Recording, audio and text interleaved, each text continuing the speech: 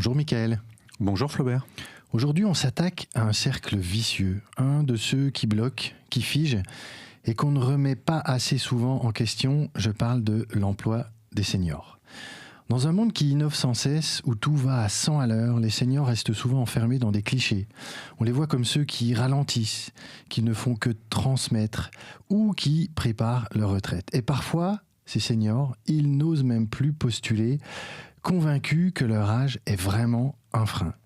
Mais et si je vous disais que cette vision est fausse, que les seniors ne sont pas une catégorie homogène, mais bien une population aux aspirations diverses, parfois même inattendues.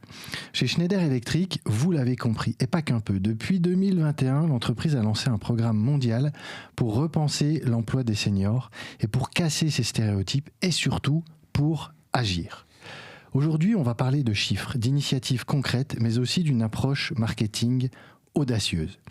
Avec des outils globaux, des solutions locales et surtout une banque de bonnes pratiques pour partager ce savoir-faire à travers le monde.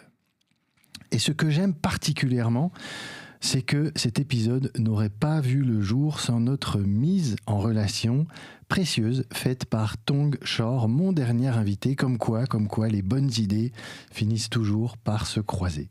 Alors, pour explorer ce sujet, j'ai le plaisir de vous recevoir, Michael Fossa, car vous êtes un acteur clé de ce programme chez Schneider Electric. Mais avant de rentrer dans le détail et de parler de tout ça, qui êtes-vous, Michael Fossa ?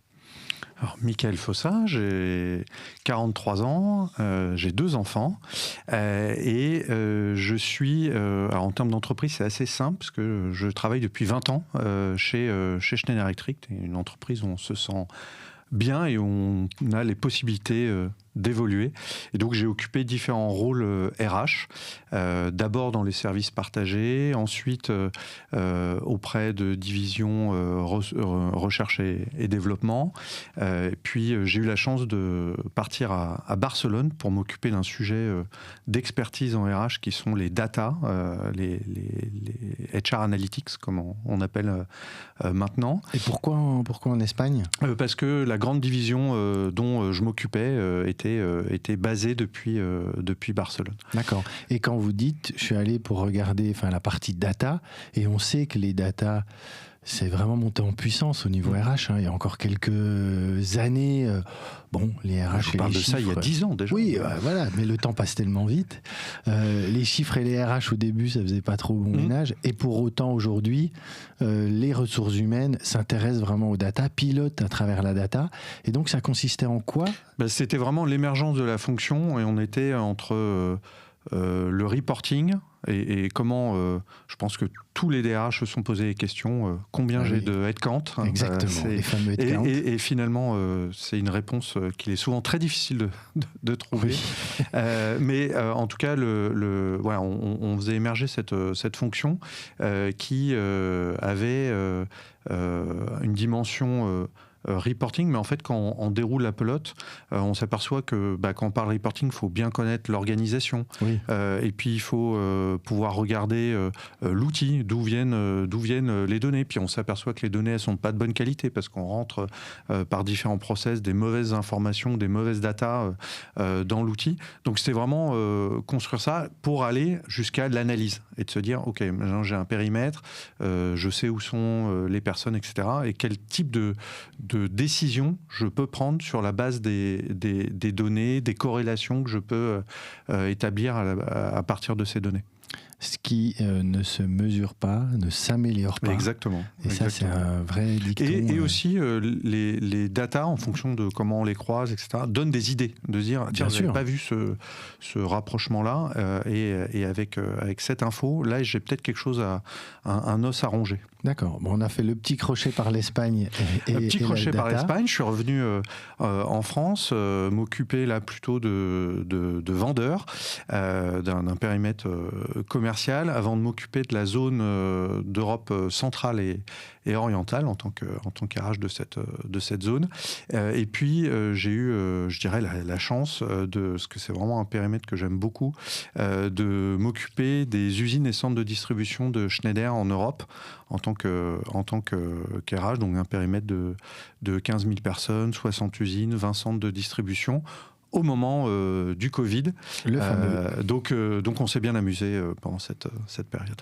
2 questions comme ça à la base. Vos études, vous avez fait quoi avant de rentrer dans les ressources humaines? Alors ça va paraître surprenant, mais c'est en Hippocagne que je me suis dit, c'est les ressources humaines que Génial. je veux faire, parce que c'était pour moi le point de rencontre entre l'humain que j'étudiais beaucoup et la partie entreprise qui m'avait toujours plu. Et du coup, voilà, après j'ai dû faire un parcours pour rejoindre ce domaine. Donc Hippocagne, bien sûr, licence d'histoire géographie à la Sorbonne. Et puis là, je me suis dit quand même, il me faut la petite touche business, donc école de commerce, le SCP, qui est pas très loin d'ici en ce moment, là, temporairement.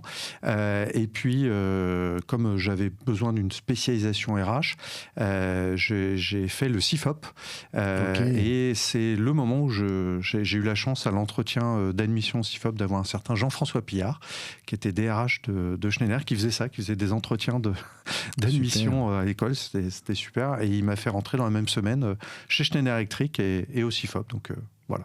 Trop bien, j'adore le côté Hippocagne, Cagne, fac d'histoire. Et là, on se dit, mais bon, les RH. Et puis tout à coup, voilà, l'école de commerce, le CIFOP, etc. Comme quoi, je n'ai de cesse de le rappeler, même si je le dis un peu trop souvent, tant pis, parce que ça crée des vocations. Tous les chemins mènent aux ressources humaines.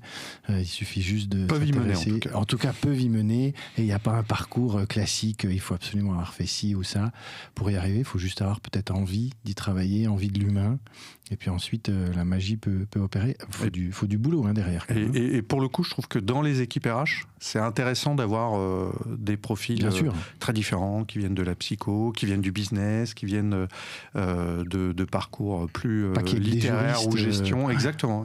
Juriste est aussi très important. Il faut cette complémentarité. Mais penser à construire des équipes RH complémentaires, c'est super important. Ok. Autre question que j'avais, parce que tout le monde connaît Schneider Electric, mais est-ce que tout le monde connaît vraiment, au-delà du nom, activité, people, enjeux, qu'est-ce que vous pouvez nous dire ? Alors, on est le leader mondial dans la gestion de l'énergie.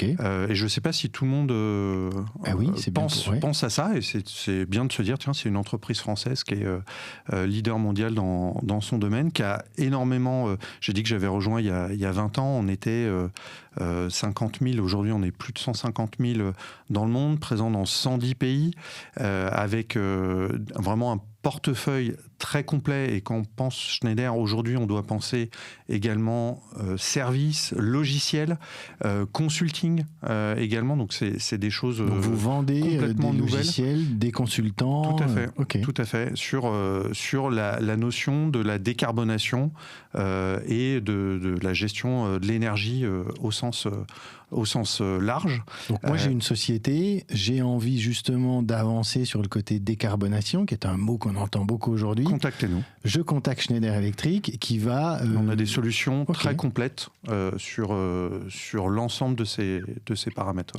Donc vous avez ce côté-là, et vous avez aussi le côté exploitation de sites spécifiques en direct, ou que cette partie conseil, accompagnement? Non, alors on fournit également des produits, tout ce qui est, on fait quasiment tout ce qui est dans tout ce qui peut exister dans l'électrique. D'accord. Mais là, pour l'exploitation de sites, on passe par des partenaires. On peut évidemment construire la relation ensemble. Oui. Donc entreprise française qui est le leader dans son domaine, et on en a beaucoup des comme ça, mais bon, on n'y pense pas toujours. Donc, et 20 ans dans cette entreprise, ça c'est aussi quelque chose de remarquable, qui se remarque. Ok, merci pour cette présentation. Allez, petite question comme ça, que j'aime toujours poser. Votre vision du métier de DRH, imaginez, voilà, moi j'ai 12 ans, l'âge de mon fils. La question de votre fille sur... Alors la question, alors elle était un peu, celle-là, elle était un peu, il y avait un biais quand même, parce qu'elle était très axée licenciement. Mais voilà, on vous dit, pour vous, ça fait quoi un DRH dans une entreprise? Ça sert à quoi? Moi c'est marrant parce que beaucoup d'amis, je verrai ce que m'en dira ma fille plus tard, mais beaucoup d'amis me disent moi, quand j'ai besoin de rien, je vais voir les RH. Et ça, je ne supporte pas ça. Je supporte pas ça. Plus que, quand j'ai besoin de licencier, je vais voir le RH, mais non, quand j'ai besoin de rien, je vais les voir. Et pour moi, un RH, un DRH, c'est quelqu'un qui résout des problèmes. Alors que ça peut être des problèmes très concrets pour les gens du quotidien, et franchement il n'y a pas de saut métier en RH. Moi j'ai travaillé à la paye, j'ai travaillé dans différentes organisations, les data on en a parlé, mais avec cette idée de résoudre des problèmes. Et pour moi un RH c'est quelqu'un qui s'empare des problèmes, que ce soit des problèmes pour les salariés, pour le business. Bien sûr. On a du mal à vendre, on a du mal à... Et pour moi, il y a des réponses RH à chaque fois à ces sujets, et aussi des problèmes sociétaux. Et je trouve que les RH n'emparent pas assez de sujets sociétaux, et du coup, avec l'emploi des seniors, c'est un gros sujet sociétal, un gros problème dont il faut s'emparer, ce qu'on a essayé de faire. Mais voilà, pour moi, un DRH, c'est quelqu'un qui résout des problèmes. J'aime bien votre point d'entrée, parce que c'est vrai que c'est quelque chose qu'on entend. Oui, si tu n'as pas besoin de quelque chose, va voir les RH. Donc ça, on est dans le côté réalité, on ne se voile pas à la face, mais derrière, en effet, apporteur de solutions, puis le côté quand même très lié au business. Bien sûr. Alors même si certains peuvent dire, mais comment, pourquoi pour moi, si on ne résout pas de problème, en fait, c'est de la RH pour les RH, et quelque part, ça ne m'intéresse pas. RH de salon, j'appelle ça. Voilà, ça doit répondre à des problèmes qui sont de nature très différente, et je trouve que c'est vraiment la richesse de notre métier. On a vraiment plein de choses auxquelles on peut s'attaquer, mais voilà, si ça résout rien, c'est pour se faire plaisir, et ça ne sert pas. Et ce que j'aime bien d'ailleurs sur le sujet, c'est que longtemps, on a dit les RH sont des business partners, et c'est vrai. Et aujourd'hui, je trouve qu'on est monté d'un cran, on est sur le côté business maker, parce que les RH font également le business à travers le recrutement, à travers la marque employeur, il y a quand même aujourd'hui beaucoup de choses qui tournent là autour, donc ce lien avec le business est très important. Vous avez commencé de parler du sujet dont on va parler aujourd'hui, les seniors. Alors, je le dis, je le redis, je trouve que le terme n'est pas très heureux à chaque fois. Maintenant, on n'a pas encore trouvé mieux. J'étais l'autre jour dans une réunion où il y a une personne qui disait oui, moi j'aime bien les personnes expérimentées, etc. Bon, on va pas refaire on n'est pas là pour refaire le... Non, mais moi je veux bien, parce que ça a été une vraie question, et un vrai problème pour certains pays. Au moment où on a lancé le programme, nous on a décidé, moi j'aime bien nommer les choses, en l'occurrence nommer le sujet auquel on voulait s'attaquer. Donc très nettement, le nom du programme, c'est Senior Talent Programme. Donc pour moi, ça dit ce que c'est, et ça dit à quoi et à qui on s'adresse. Mais c'est vrai que certains pays, par exemple les US, m'ont dit non, ça c'est pas possible. Ils n'ont pas voulu me parler pendant 18 mois, juste à cause du terme. Alors on a explicité pourquoi on le faisait, les intentions, etc. Et on y est arrivé. Aujourd'hui, programme. Donc ils ont pris le mot senior. Alors, c'est ça, c'est qu'après, on a laissé les pays choisir la façon dont ils voulaient communiquer, tant qu'ils adressaient le sujet. Pour nous, c'était ça mais pour moi, c'était important au niveau global. Parce que j'ai dit, mais donnez-moi un autre nom, et personne n'est venu avec quelque chose de mieux. Ensuite, on a clarifié les intentions dans l'accompagnement du programme, pour que ce soit clair pour tout le monde. Mais pour moi, senior, en fait, c'est comme jeune.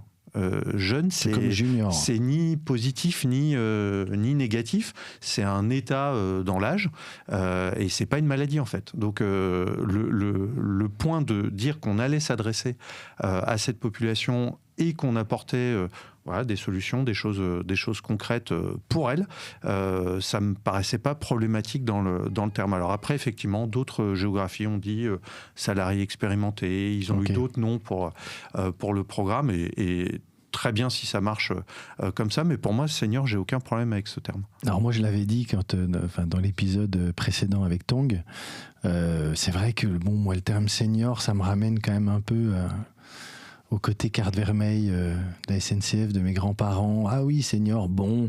Alors après, certains me disent oui, mais tu vois, alors moi j'adore le foot. Dans le foot, on est vite senior à un certain âge. Oui, c'est vrai. Et puis il y en a même quelqu'un qui m'a dit l'autre jour, bah ouais, mais regarde le senior advisor. Tout le monde est content d'être senior advisor. Je dis oui, mais parce qu'il y a le advisor derrière qui. Bon, en effet, beaucoup disent, bah il y a junior, il y a senior. Ok, après, pour l'instant, je pense qu'on n'a pas encore trouvé mieux. Salarié expérimenté, ça commence un peu à monter. Après, attention, parce que certains disent aussi, oui, mais on peut avoir 50 ans et pas être expérimenté parce qu'on recommence une carrière. Donc, bon, c'est ça. Voilà. Donc, en tout cas, vous êtes à l'aise avec le terme. Et donc, Schneider Electric s'est saisi du sujet il y a maintenant déjà quelques années. Ma première question, c'est qu'est-ce qui fait que, comme ça, une entreprise comme la vôtre se dit, en 2021 à peu près... Oui, ça a commencé en 2021. Ouais. Bon, maintenant, on va adresser le sujet des seniors. Il y a eu un déclic, il y a eu... Qu'est-ce qui s'est passé ? Il y a plusieurs éléments. Le premier, c'est que, je l'ai dit, on est dans 110 pays, donc on habite le monde. Oui. On parlait des datas. Il y a une donnée qui est assez certaine, c'est le vieillissement de la population mondiale. C'est clair. Et ça, on peut avoir certaines géographies du monde. Je peux citer le Japon, je peux le citer l'Allemagne, qui sont dans une situation déjà extrêmement tendue de ce point de vue-là. Mais c'est une réalité qui va concerner tous les continents, à l'exception de l'Inde et de l'Afrique. Ce que vous nous dites, c'est que, par exemple, Japon, Allemagne, ils ont une population âgée qui est très importante. Qui est très importante. Plus importante que nous. Et surtout très peu de jeunes. Et surtout très peu de jeunes. Okay. Donc une population qui vieillit rapidement. Mais à des degrés divers, ce vieillissement, c'est un phénomène mondial. Et il y a finalement assez peu de choses certaines à horizon 20 ans dans le monde. Oui. La démographie en est une. On sait qu'à quelques variations près, on sait exactement quelle sera la population active dans tel pays d'ici 5 ans, d'ici 10 ans. Et ce qu'on voit, c'est que la population mondiale et la population active vieillit. Donc, et je le dis souvent sous forme de boutade, mais s'occuper de l'emploi des seniors, de l'employabilité des seniors, ce n'est pas le sujet à la mode des 18 prochains mois en RH, c'est au moins le sujet des 18 prochaines années.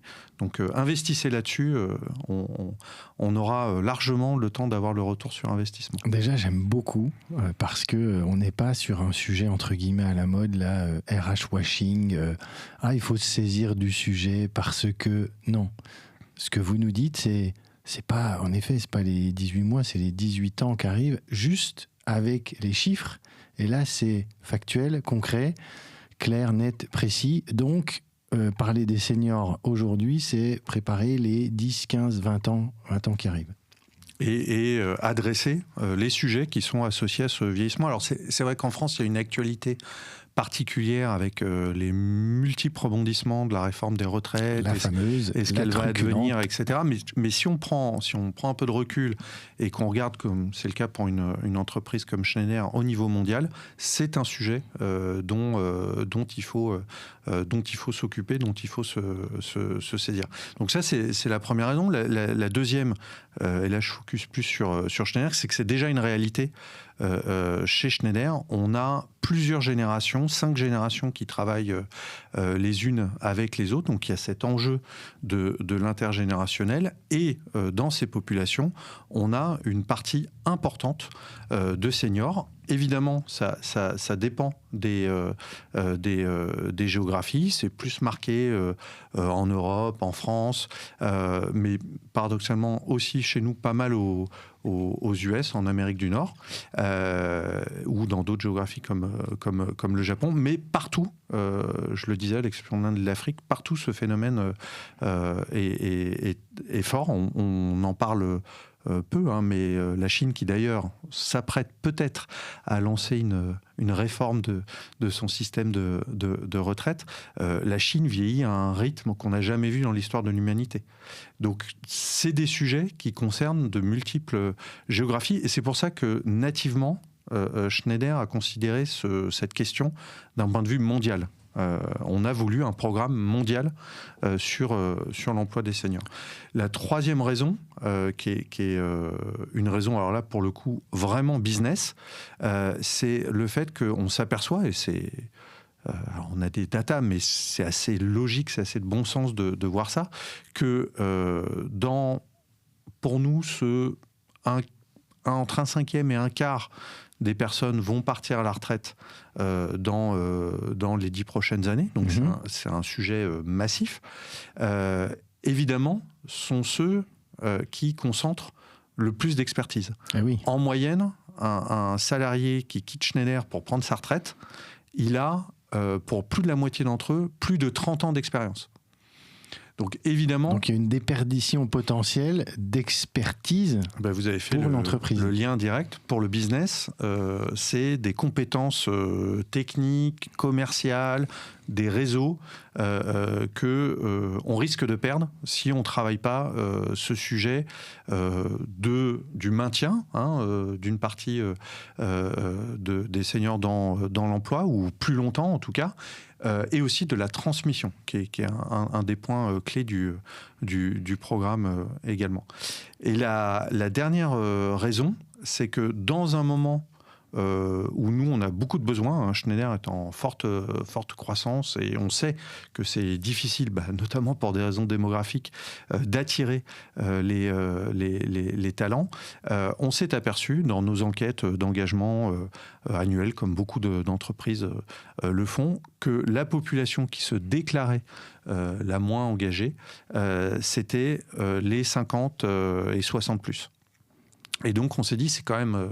dommage, quand même un peu un gâchis, d'avoir dans nos murs des gens qui connaissent Schneider, qui ont le réseau, qui ont l'expérience, et qui se déclarent moins engagés que les autres. Donc pourquoi ils se déclarent moins engagés, et qu'est-ce qu'on peut faire pour adresser ce sujet? Et ce qu'il y a de paradoxal dans ce que vous dites, c'est que si on rapproche les deux éléments, c'est ils sont les moins engagés, et pour autant, il y a une vraie expertise chez eux. Donc, à un moment donné, on sait que ce désengagement, ça doit coûter aussi en termes de business. Et je pense que oui, mettre le doigt sur le truc, c'est aussi se dire, bon, il y a quelque chose à faire sur le sujet. Et ce que j'aime bien dans ce que vous dites aussi, c'est voir les seniors comme ce cœur d'expertise, et pas uniquement comme « Ah oui, c'est celles et ceux qui nous coûtent le plus cher dans l'entreprise ». Mais ce coût, c'est aussi dû au fait qu'il y a une vraie expertise derrière. C'est aussi du savoir, et ce ne sont pas que des compétences techniques accumulées. C'est le relationnel, savoir naviguer dans l'organisation, Schneider est devenu très complexe. Donc ces personnes-là savent ça. Et ça a de la valeur. Et en général, on s'en rend compte quand ils sont partis. Oui, ça c'est souvent comme ça. Et c'est le réseau également. C'est vrai que je reprends l'exemple de la réunion où j'étais l'autre jour, et quelqu'un a sorti ce point en disant, mais quand on recrute un senior, un des points positifs, c'est son réseau. C'est-à-dire qu'il va nous trouver des solutions en passant 3 coups de fil, parce que ça fait 20 ans qu'il a une carrière. Et ça va aller plus vite. Il va trouver les bons interlocuteurs. Et c'est vrai que ça, c'est pas non plus toujours la chose à laquelle on pense. La question que j'ai, c'est, vous parlez d'un programme mondial qui a été donc initié, c'est par la France, ou il y a plusieurs pays qui, à un moment Alors donné, non, on a là commencé en 2022 avec des pilotes, dont la France, mais qui étaient parmi une dizaine de pays qui étaient volontaires pour se lancer sur le sujet. Et on a décidé à la fin de l'année 2022 d'un déploiement global qui a commencé en 2023 par vague. Et c'est-à-dire que l'objectif, d'ici fin 2025, si je fais bien mon travail, c'est d'avoir tous les pays de Schneider qui auront un programme dédié à l'emploi des seniors. Ok. Comme ça, quels sont dans les grandes lignes le programme, ce programme mondial? Vous pouvez nous donner deux, trois éléments? Oui, alors le premier, c'est de mettre la conversation de carrière, les aspirations je ne sais pas si c'est au cœur, mais en tout cas à la base du programme, comme point de départ du programme. En fait, on s'est aperçu par une enquête dédiée qu'on mène annuellement et pour lequel on a plus de 50 000 réponses, donc on a un panel très large. Ça fait beaucoup. Ouais, sur les 150 000 salariés, c'est plutôt pas mal. Et là, on attend les résultats de l'enquête de cette année. C'est que la simple question « Avez-vous discuté de votre carrière avec votre manager dans les 12 derniers mois ?» Eh ben, les seniors, les plus de 51 ans, je pourrais revenir sur pourquoi on a choisi plus de 51 ans, ont répondu en moyenne 12 points de moins que les autres générations. Et en général, parce qu'on a des questions plus détaillées, c'était de moins bonne qualité. Si je caricature un tout petit peu, on ne leur demande pas où est-ce qu'ils veulent être dans 10 ans. On ne leur demande pas de faire un plan de carrière. Et quand on leur parle de leurs compétences, c'est pour dire ah bah tiens, ce serait bien que tu fasses une formation sur Excel dans 6 mois. Je caricature un peu, mais à peine. Ok, mais à peine. Donc c'est quand même c'est très anxiogène comme truc. Enfin, ça veut dire ok, t'es là, mais t'es là maintenant, on se projette pas avec toi de toute façon dans 10 ans, et puis tu auras le minimum de la formation. D'ailleurs, j'en profite, mais c'est un point qu'on avait soulevé avec Tong, où il disait, on constate que, grosso modo, à partir de 45 ans, il y a beaucoup moins de formations qui sont proposées aux personnes qui ont donc 46, 50, etc. Là, on a quasi plus de formation, parce qu'on se dit, on va pas les former. C'est aussi quelque chose que... C'est beaucoup moins marqué chez nous, parce qu'on a des engagements en termes de formation, des objectifs qu'on s'est fixés pour justement laisser personne sur le côté. Donc on mesure moins ça. Après, peut-être qu'il y aurait à creuser sur la qualité des formations et le côté transformatif de ces formations. Mais en revanche, ce qui est certain, c'est que si vous ne demandez pas, ne pas demander à quelqu'un de 50 ans où est-ce qu'il veut être dans 10 ans, et c'est quoi son plan de carrière, le parcours qu'il envisage et comment on peut l'accompagner, ça pouvait peut-être s'entendre dans un moment où à 55 ans, on lui parlerait de quitter l'entreprise et de partir sur tel ou tel plan de pré-retraite. Aujourd'hui, quelqu'un qui a 52 ans en France, il a au moins 10 ans et peut-être 15 devant lui. 10 ans, 15 ans, c'est entre un quart et un tiers de la vie professionnelle. Donc, se dire, pendant un quart ou un tiers de ma vie professionnelle, je vais attendre la fin, c'est pas très stimulant pour la personne, mais également pour les personnes qui les managent, qui les accompagnent. Et du coup, nous, si je devais résumer en une phrase l'intention du programme, c'est écouter les aspirations des seniors et de construire un tiers, un quart de leur vie professionnelle qui soit aussi stimulant, aussi intense que le premier tiers ou que le tiers du milieu. C'est vraiment ça. Il n'y a pas de raison que ce tiers-là soit moins valorisant, moins énergisant, moins intense que le premier ou le deuxième tiers. Et là, je repensais à ce que vous nous disiez tout à l'heure. On a un vivier d'expertise sur ces populations-là. Et entre guillemets, mais on laisse le truc péricliter doucement, on les laisse un peu dans leur coin, on n'arrive pas à les motiver aussi managérialement la preuve, ils vont répondre qu'ils sont moins engagés, etc. Donc c'est perdant pour tout le monde, le manager, le collaborateur, le business, le client évidemment. Donc, et la société bien en sûr, général. Et la société française également en général. Et moi j'aime à dire que se concentrer sur l'employabilité des seniors, c'est aussi réfléchir à quel projet de société, avec un grand S, pas d'entreprise, mais de société française, on veut pour demain. Alors, vous avez effleuré tout à l'heure quelque chose, les plus de 51 ans, parce que ça aussi, c'est un grand sujet quand on dit, bon alors, senior, c'est quoi ? Il y a des textes, il y a 45 ans, 50, 55... si on demande aux personnes, moi j'ai 53 ans, est-ce que je me sens senior ? Certains vont dire, non, c'est à partir de 60. Pourquoi 60 ? Alors pourquoi vous avez choisi... Pourquoi on a pris 50 ? Alors déjà, je voudrais dire que c'est un peu un faux débat. Moi je trouve que les 90%, vous ferez le test Oui. dans vos podcasts ou en dehors. 90% des gens, quand on demande travailler sur l'emploi des seniors, etc., et qui disent « Ah oui, mais seniors, c'est quel âge ?» 90%, c'est les gens qui font rien sur le sujet. Je trouve que c'est un moyen d'écarter un peu et de s'attaquer finalement au problème dont je parlais. Nous, pourquoi on a pris 51 ? Et évidemment, ça recoupe des réalités très différentes sur un pays. Je vais prendre les deux extrêmes. Quand vous êtes une femme chinoise, encore aujourd'hui, vous pouvez partir à 50 ans ou juste au-delà, à la retraite. D'accord. Quand vous êtes aux États-Unis, il n'y a pas d'âge légal et on a, nous, des salariés de 80 ans. Donc vous voyez qu'il y a 30 ans entre ces deux réalités-là. Évidemment, on est un groupe mondial, on a besoin d'avoir des programmes qui soient suivis. On est une boîte d'ingénieurs, donc il y a beaucoup d'indicateurs. J'y reviendrai peut-être sur le sujet, y compris sur ce programme.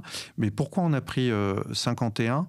C'est que quand on fait un peu la moyenne de ces différents pays, c'est en gros 10 ou 15 ans avant le départ à la retraite. Dans une tranche d'âge à peu près de 10 ou 15 ans avant le départ à la retraite. Ça, c'est la projection, et c'est de se dire, un tiers de la vie professionnelle, donc il y a quelque chose à y faire sur ce tiers-là. Ensuite, c'est les datas, c'est ce qu'on a vu, c'est que l'engagement, nous, il était plus bas à partir de 51 ans. Okay. Il y avait vraiment un décrochage à ce moment-là. Et sur la question des discussions de carrière, c'est là aussi où ça décroche le plus. Ça commence à baisser au-delà de 41 ans, tout doucement. Et le vrai creux, là on en parle moins, c'est entre 51 et 60, parce que bizarrement, après 60, ça remonte très légèrement. Parce qu'on dit, tiens, tu penserais pas à partir à un moment Donc on a vraiment, statistiquement et de façon consolidée, donc évidemment, suivant les pays, ça va varier, mais de façon consolidée à l'échelle du groupe, on voit que c'est à ce moment-là qu'il se passe quelque chose qu'il faut adresser.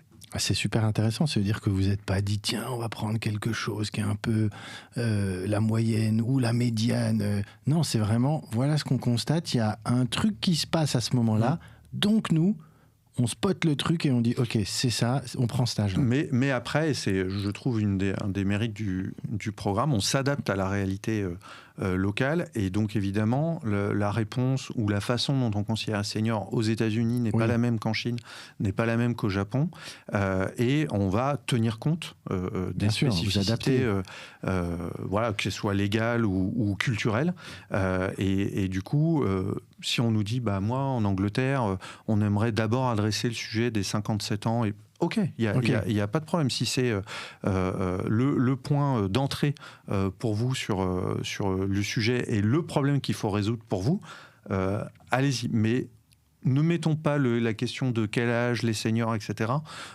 pour ne pas s'occuper du sujet. Et ce que j'aime bien, je vous imagine dire à vos amis américains, bon alors on va faire un programme, t'es obligé de l'appeler senior et c'est obligé d'être 51 ans. Là c'est plus 18 mois, là c'est pendant 4 ans ils vous parlent plus. On l'aurait pas. Donc il faut adapter quand même, et c'est ça qui est intéressant aussi aux cultures locales. Quand on a préparé cet épisode, vous m'avez parlé de persona. Alors persona, c'est quelque chose dont on entendait parler beaucoup dans le marketing. Aujourd'hui, on entend même parler dans les ressources humaines. On a vu tout à l'heure les data, c'était pas dans les RH, ça y est aujourd'hui. Le terme de persona, c'est aujourd'hui bien sûr dans le recrutement également. Vous avez donc créé pas un persona, mais des personas, parce que vous vous êtes rendu compte en fait qu'il n'y avait pas une catégorie de seniors, mais qu'en fait, il y en avait plusieurs. Et ça, je trouve ça... Enfin, moi, c'était une découverte quand vous m'en avez parlé. Donc, allons-y. C'est quoi ces personas ? Alors, c'est qui ces personas ? Déjà, pourquoi on a eu cette démarche-là ? Je pense que sur l'emploi des seniors, la mère de toutes les batailles, c'est... la culture, l'aspect culturel, la vision qu'on a des seniors, le mindset qu'il peut y avoir du côté des managers, même du côté des RH. J'aurais peut-être quelques anecdotes à partager sur le sujet, et qu'il fallait changer ça. Et un des points pour faire évoluer la représentation qu'on en a, c'était de dire qu'il n'y a pas les seniors. Il y a des seniors qui sont des individus qu'il faut écouter, d'où le point et le mantra sur la Career Conversation. Écoutez-les. Comme vous demandez à un jeune où est-ce qu'il veut être dans 10 ans, eh ben, faites la même chose avec vos salariés de 50 ans et plus. Et du coup, sur la base, c'est pas uniquement ce qu'on projetait et ce qu'on voulait voir. On s'est basé sur les interviews qu'on a pu faire de seniors, de représentants, donc on les a écoutés. Ça peut être également ça s'est passé également par des études quantitatives, des enquêtes anonymes, etc., pour avoir de l'information sur leurs aspirations. Et on en a tiré 4 personas. Le premier, en fonction des pays, on leur donne même des petits noms. Je vais prendre l'exemple français. En France, on a Claire, qui souhaite continuer à son niveau, pas forcément à son poste, à son niveau dans l'organisation. On a Thierry, qui souhaite transmettre. Et ça, c'est quelque chose qui a monté très fort dans les interviews. L'envie de transmettre, presque même je dirais, le besoin de transmettre pour certains. On a, et ça on n'y pensait pas beaucoup avant, on a Alba qui souhaite accélérer sa carrière. Alba, elle est en pleine forme, ses enfants sont grands, elle a tout le temps et toute l'énergie pour se dire tiens, pourquoi je gravirais pas un échelon dans l'organisation. Et ça, c'est vrai que c'est un persona auquel on n'associait pas nécessairement les seniors. Alors, autant le côté Thierry qui transmet, ok, ça c'est un peu, on va dire, le stéréotype qu'on peut avoir, je le disais un peu dans l'introduction, mais du senior. Ah bah tiens, ça y est, il est entre guillemets en fin de carrière, il va transmettre, et voilà. Donc là, Alba, elle veut accélérer. Donc elle dit, non mais moi je suis à tel niveau, je veux aller au niveau du dessus, je veux évoluer. Oui, ça on s'y attend pas du tout, ça. Exactement. Et puis on a le quatrième persona qui lui aussi est plus commun dans l'acceptation du senior, qui est Pierre, qui souhaite préparer sa retraite. Et en fait, c'est OK. On peut se dire, moi, voilà, là où j'en suis aujourd'hui, mon point, c'est de partir le plus tôt possible, dans les meilleures conditions, et j'en parle à mon management, et on aborde tous ces points-là, et on a des initiatives aussi pour ce personnel-là, mais ce qu'on dit à tous, aux seniors, à leurs managers et aux RH, c'est écoutez-les, écouter leurs aspirations. Alors, l'idée des personas, c'est pas du tout de remettre les gens après dans des cases. Ouais. C'est vrai, on peut être aujourd'hui Alba et dans quelques années vouloir préparer sa retraite. Il n'y a aucun problème là-dessus. On peut être aussi un peu de vouloir continuer et vouloir transmettre, commencer à transmettre en même temps. Mais en tout cas, c'est dire, on va les écouter. Ils vont pouvoir exprimer des aspirations diverses, des aspirations individuelles pour lesquelles le manager, l'entreprise va les accompagner, et on va voir en face de ces personas des initiatives qui correspondent à leurs aspirations. J'adore. Franchement, je trouve ça super pertinent. C'est une vraie découverte, ce côté persona. Alors, ça veut dire qu'en face, quand vous dites qu'il y a des actions qui correspondent à leurs aspirations, vous avez comme ça deux, trois exemples à nous donner, si on prenait un des personas ou si on en prend plusieurs. Oui, alors je peux prendre l'exemple de la France. La France, aujourd'hui, le programme senior, qui s'appelle d'ailleurs programme senior, on a une trentaine d'initiatives. Donc, associé à ce programme-là, on a une trentaine d'initiatives. Donc, d'actions concrètes à mettre en place pour les seniors. Exactement. Donc, certaines, et c'est intéressant aussi, sont communes à l'ensemble des personas. Je vais citer l'aide à l'aidance. Je vais citer la plateforme qu'on vient de mettre à disposition qui permet de simuler sa retraite avec non seulement le régime de base, Agir Carco, mais tous les dispositifs Schneider aussi. Donc tout ça sur une seule plateforme. Je me connecte et je vois, et ça peut être 10 ans avant, 15 ans avant, où j'en suis, et je peux faire des simulations pour dire ah bah tiens, si je passe en retraite progressive, quelles conséquences ça a. Parce que ça, c'est le truc qui est un peu ésotérique, on n'y comprend jamais rien. Exactement. Si on va sur le site du gouvernement, c'est pas suffisant. C'est pas suffisant. Donc là, vous avez poussé le truc. Vous. On a tout avec notre partenaire Diosasi, que je remercie ici. On a créé cet outil. Et qu'est-ce que ça permet ? Ça permet de faire des choix en conscience.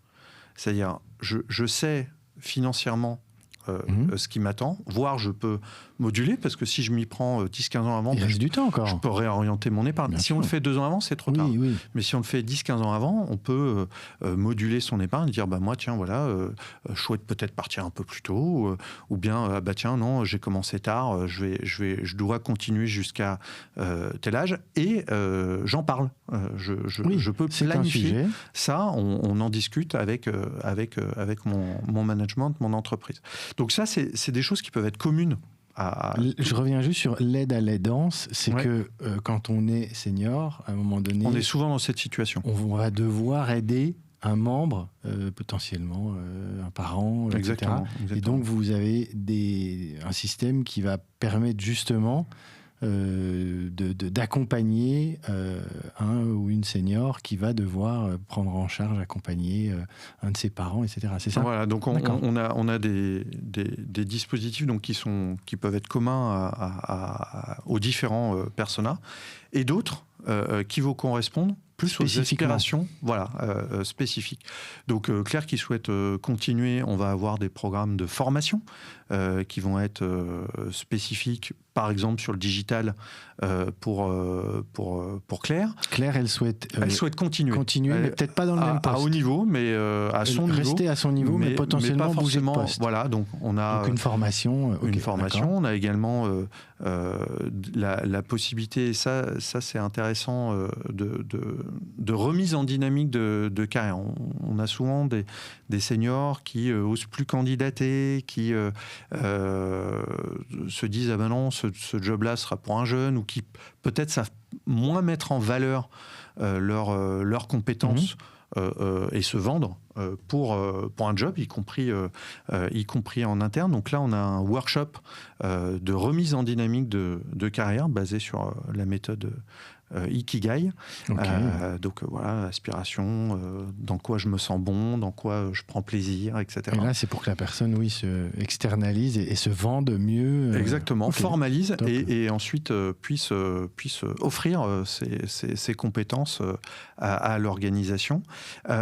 Pour Thierry qui souhaite transmettre, on a des choses autour du mentorat, on a des choses autour du mécénat de compétences, on a des choses autour de l'expertise qui permettent de partager dans des communautés de pratique son expertise. Pour Alba qui souhaite accélérer, on a des programmes de leadership qui sont identifiés, on a des programmes là pour les experts, on a des grades, enfin une progression possible dans un programme d'expertise au niveau mondial, et on peut s'y inscrire. On n'est pas forcément manager, on souhaite progresser dans l'expertise. On a possibilité de s'investir dans ce programme-là. Donc là, je suis dans le persona Alba, c'est-à-dire je souhaite accélérer ma et là, il y a un programme, on rentre dans une sorte de plan de développement qui va permettre de continuer de grandir et potentiellement pouvoir accéder à certains postes plus élevés. Ou via la filière expertise. D'accord. Voilà, donc c'est aussi cette approche-là qui est importante dans une boîte technique comme la nôtre. Et puis Pierre qui souhaite préparer sa retraite, on a aussi des dispositifs pour lui, que ce soit par exemple la retraite progressive, mais c'est aussi la possibilité de préparer une retraite active. Et ça, j'insiste sur ce point-là, c'est que préparer sa retraite, ça veut pas forcément... D'ailleurs, je trouve que le terme retraite, on devrait abolir ce mot. On parlait de senior, moi j'ai pas de problème avec senior, mais J'aime bien. j'ai un problème avec le terme retraite. Vous voyez, en Espagne, on parle de jubilación. Et ben, franchement, ça fait plus envie que retraite. Comment on traduit jubilación?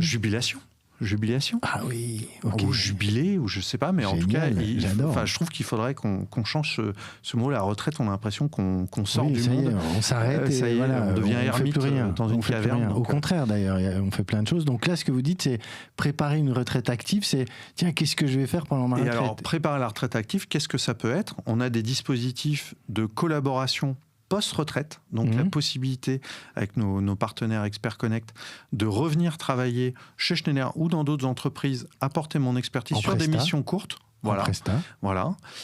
On a la possibilité, dans les dernières années de sa carrière, de créer son entreprise.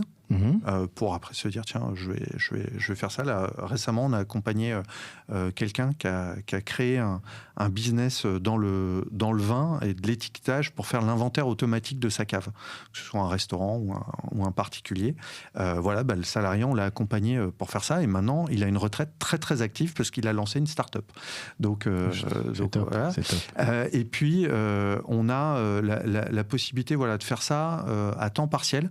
C'est-à-dire, par exemple, on va créer son entreprise, rester salarié de Schneider à, 4/5 de son temps, et pour 20% du temps, avoir créé son entreprise. Là, le premier cas qu'on a lancé, c'est quelqu'un qui travaille à notre Customer Care Center. Donc, il répond à des clients sur des problèmes techniques, etc., qui sont heureusement peu nombreux avec les produits Schneider. Bien sûr, c'est évident. Et qui, le vendredi, installe des panneaux solaires. Il avait envie d'un métier manuel. Donc voilà, il a créé sa boîte d'installation de panneaux solaires. Ou bien des personnes qui peuvent être freelance sur une partie de leur temps. Et ça, qu'est-ce que ça permet? Ça permet de dire, le jour où ils partent à la retraite, le freelance, ils peuvent continuer. Ils continuent, et puis ils font l'emploi retraite. Exactement. Et j'imagine, il y a peut-être aussi une partie un peu mécénat de compétences. Moi, j'ai envie, alors ça, partant en retraite... On l'a associé au persona Thierry qui se transmettent. Okay. Donc, en mécénat de compétences, on a 2 dispositifs. Soit en cours de carrière, je pars 6 mois dans une association ou dans une start-up, et je reviens après chez Schneider riche d'avoir rencontré un autre type d'environnement et stimulé par ça. Et en même temps, ça permet d'apporter les compétences Schneider à des organisations qui en ont besoin, qui les demandent. Ou bien, je peux faire ça 2 ans avant ma retraite. Pendant 2 ans, je reste 100% salarié Schneider, mais je suis détaché dans une association ou dans une start-up. Et quand vous dites je reste 100% salarié Schneider, c'est Schneider qui paye le salaire? Tous les avantages, bénéfices, etc. Okay. Benefits restent ceux d'un salarié Schneider. Je voudrais juste attirer l'attention des auditeurs et auditrices. Souvent, on dit oui, les grandes entreprises, oui, ces entreprises du CAC 40, oui. Mais toutes ces entreprises, elles font tout ça. S'il n'y a pas une entreprise comme vous, comme Schneider, qui dit tiens, moi je vais mettre quelqu'un à disposition d'une association et je vais payer son salaire, qui va le faire? Personne ne va le faire. Et on ne voit pas tout ça. On n'imagine pas tout ça, et tout le monde est là à dire ah oui, ces grandes boîtes, etc. Non, moi je me battrai toujours pour aussi montrer ce côté-là, et je trouve ça extraordinaire, tant pour la personne qui se dit tiens, je vais vivre une aventure différente, je vais intégrer une association, je vais pouvoir... que pour l'entreprise, l'association qui va en bénéficier. Donc c'est formidable. Je voulais juste faire cette parenthèse parce que parfois il y a quelques messages un peu limités qui peuvent un peu hérisser. Donc je trouve très bien que vous puissiez souligner tout ça, et merci beaucoup à vous de faire tout ça. Ça se voit pas, on n'en parle pas, il faut qu'on se pose comme ça quelques... Merci de donner le temps de le faire. C'est aussi ça qui est important. Et je pense que c'est important que tout le monde l'ait bien en tête. Je retiens une de vos phrases. Il n'y a pas les seniors, mais il y a des seniors. Et là, je pense qu'il y a beaucoup de choses qui sont dites là derrière. On parlait tout à l'heure aussi de banque de données, enfin en tout cas bibliothèque de bonnes pratiques. Ça veut dire que le UK peut dire « Ah, tiens, Michael, je sais que vous avez mis ça en place en France. J'aimerais discuter avec la personne qui s'en occupe et vice-versa. » Alors, pour le programme, à la base, on a déjà, on essaye pareil d'apporter des solutions, pas juste dire au pays tiens il faut que vous fassiez, mais de leur donner des outils. Donc on a construit quelques offres au global. Le workshop dont je parlais sur la remise en dynamique de carrière, c'est quelque chose qui est disponible partout dans le monde, dans la langue locale, avec possibilité de l'adapter en disant ah cette partie-là on n'est pas très à l'aise, on veut enlever ça, rajouter ça, etc. Ça c'est possible, mais on leur met à disposition. Tout ce qui est équipé les managers, les salariés sur la conversation de carrière pour qu'elle ait du sens, pour qu'on ne soit pas là à se dire ah, tiens, qu'est-ce que tu veux faire pour les 10 prochaines années, puis un grand blanc gênant. Là, on les équipe en disant voilà sur quoi vous pouvez vous appuyer, sur les outils qui existent déjà, les outils de développement sur lesquels vous pouvez vous appuyer. On a mis en place et communiqué sur une méthodologie de transfert des compétences. Parce que souvent on dit ah le knowledge transfer c'est super bien, etc. Mais comment je fais? Bon là ils ont la réponse. C'est pas concret. C'est pas rocket science, mais en tout cas ils ont un outil qui leur permet de suivre les différentes étapes et ils ont la réponse à comment je fais ça.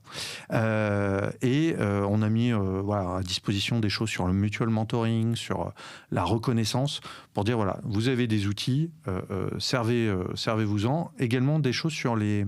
On a appelé ça... les innovative career pass, qui est de dire voilà, il existe différents types de formats d'évolution de la relation contractuelle pour changer du CDI à temps plein. Il y a plein d'autres choses.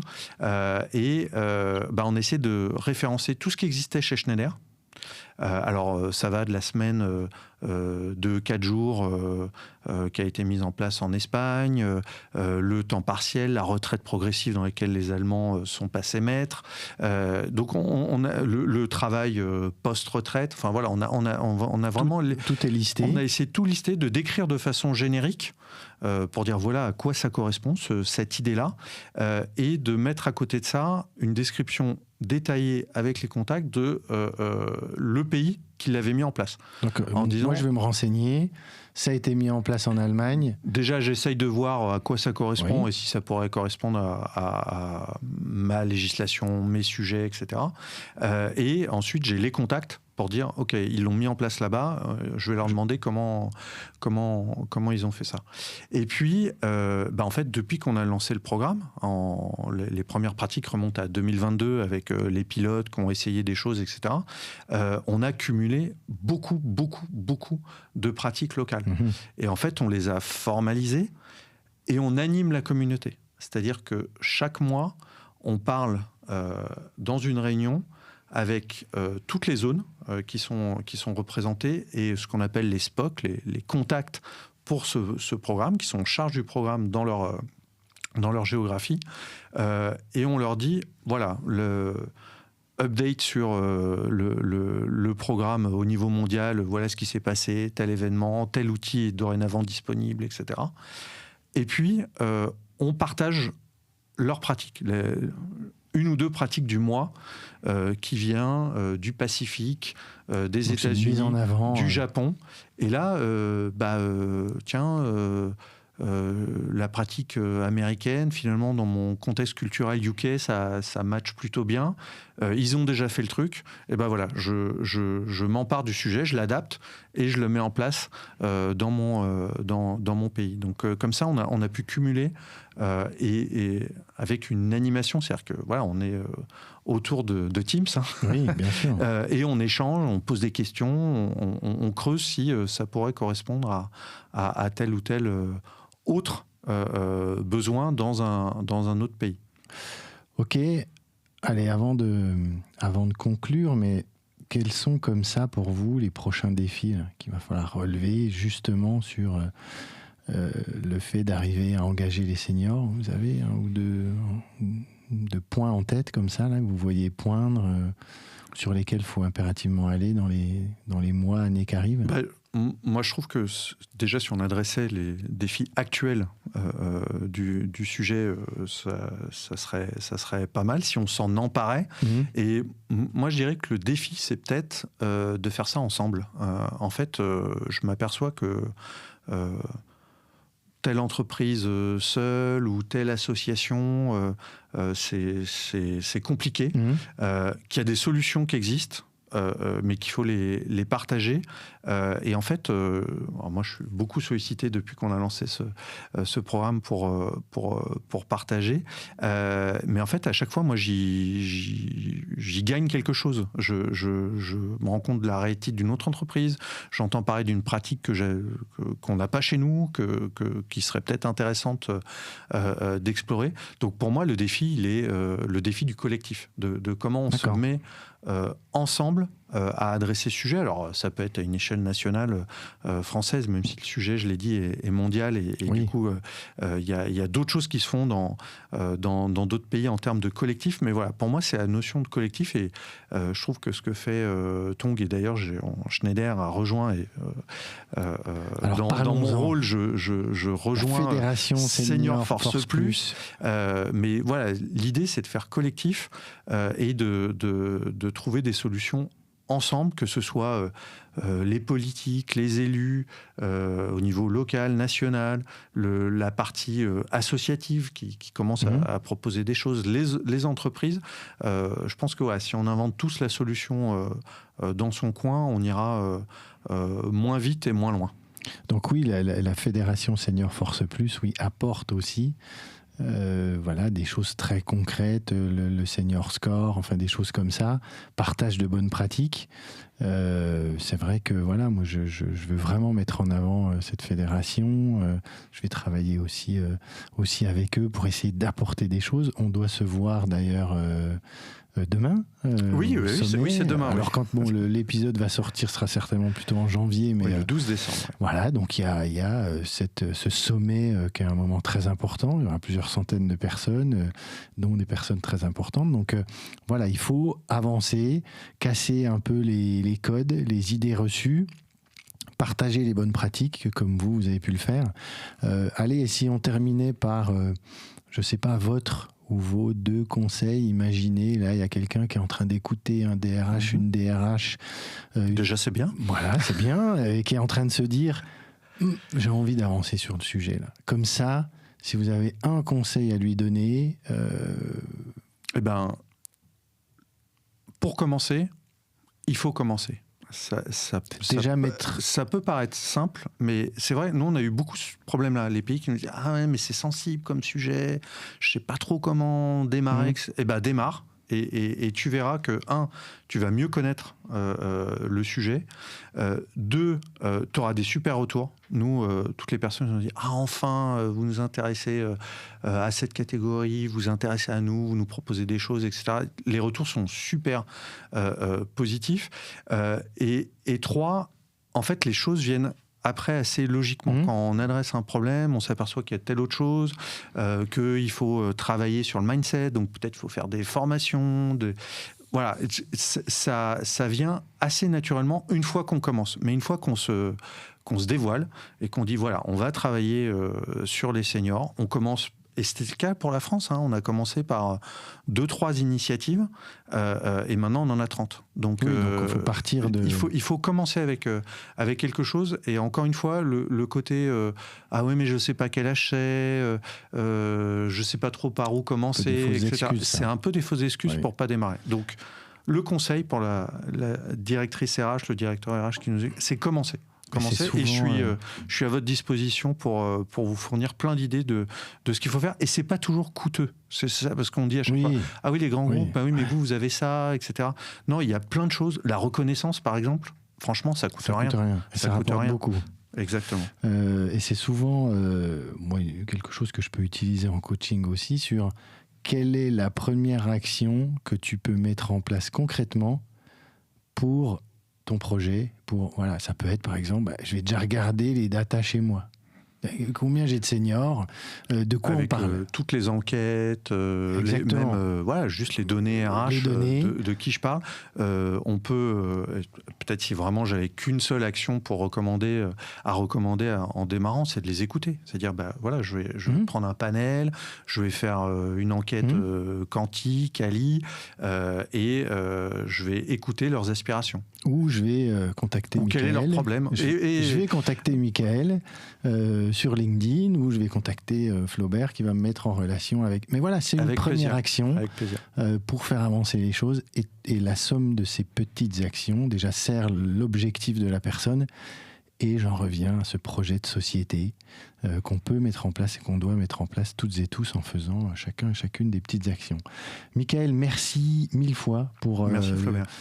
Merci de laisser le temps d'exprimer, de s'exprimer sur ces sujets. Parfois on me demande, Michael, programme mondial des seniors en 2 minutes. Bon, c'est un peu compliqué. Là, vraiment, je trouve qu'on a le temps d'aller dans plus de détails. Mais le sujet et puis tout ce que vous avez fait mérite qu'on prenne le temps, donc c'est très important. Allez, je vais terminer avec les 3 questions que j'ai l'habitude de poser à mes invités.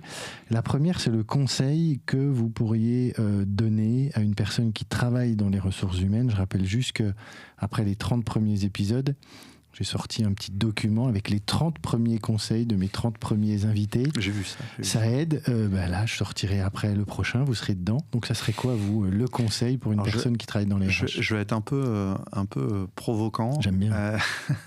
Je ne sais pas comment vous le mettrez dans les conseils, on verra. Mais c'est d'écouter le punk qui est en lui ou en elle. Je trouve qu'on doit être une fonction... qui gratte un peu là où ça fait mal, qui va chercher des problèmes peut-être là où le manager n'en voyait pas, qui va challenger son manager et être celui ou le leader du business qui va être celui qui s'oppose parfois. Et voilà, travailler ce côté un peu disruptif, un peu provoquant parfois, pour changer les mentalités, avoir toujours ce petit côté impertinent qui me semble indispensable à la fonction. Ce côté piquant. Exactement. Ouais, j'aime beaucoup. Et arriver en effet à casser les codes, à sortir des biais qu'on a toutes et tous, j'aime beaucoup. Un livre à nous conseiller ? Alors moi ce serait, et ça fait longtemps que je l'ai pas vu, c'était en Cannes, ce serait La Route des Flandres de Claude Simon, qui est probablement le seul livre où j'ai vécu une émotion, je ressentais l'émotion physiquement de ce qui était écrit dans le livre, et ça m'a jamais fait ça avec aucun autre livre. Donc voilà, si je partais là sur une île déserte, j'aimerais peut-être m'y replonger. Ok. Merci. Et puis, est-ce que vous avez une personne à me recommander là, pour un prochain épisode sur les RH ou le management ? Alors, je vais être assez corporate parce que je vais citer quelqu'un de Schneider Electric, mais quelqu'un qui est très détonnant, et même s'il renierait le terme, qui est sans doute un peu punk dans son approche, qui est Dominique Laurent, qui est le DRH France de Schneider Electric. Eh ben, merci beaucoup. Merci 1000 fois, Michael. Merci pour beaucoup, tout ce que vous avez partagé. Je suis sûr que il y aura des questions derrière et que on va continuer de faire avancer les choses sur ce sujet de l'employabilité des seniors. Merci, on va suivre tout ça, on va vous suivre également, et puis à bientôt. De toute façon, nos chemins vont désormais se croiser régulièrement, j'en suis certain. Avec grand plaisir. Merci, au revoir.